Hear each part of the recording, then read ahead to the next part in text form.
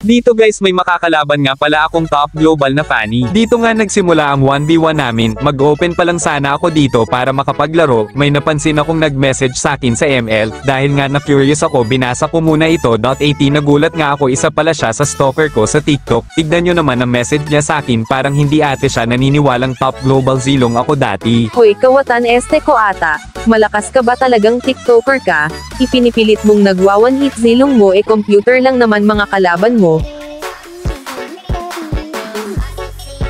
Halika dito nang madurog ko yung zilong mo gamit Fanny ko, para ipakita ko sa'yo ang tunay na top global. O sige dahil wala naman akong ma-content ngayon ikaw na lang pagtritripan ko. Bago nga nagsimula ang laban inistok ko muna siya kung talagang top global nga siya sa Fanny.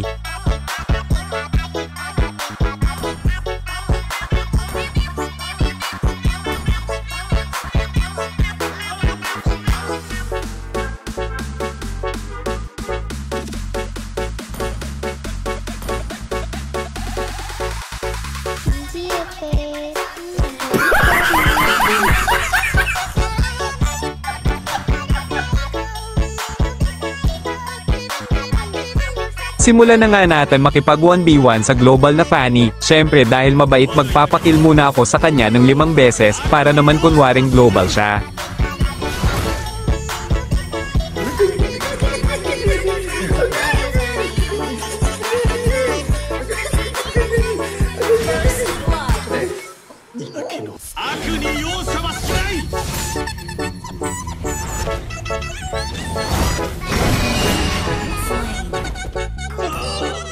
Kunwari malalakasan naman daw ako para ganahan siya.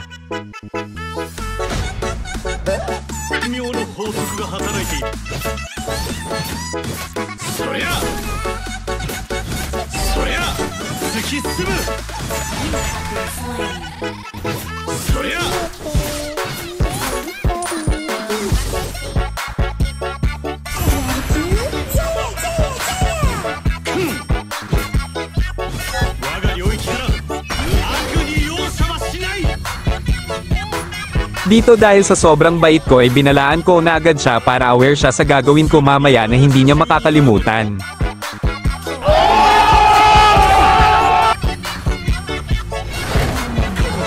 Okay sige dahil nakakarami ka na syempre ako naman.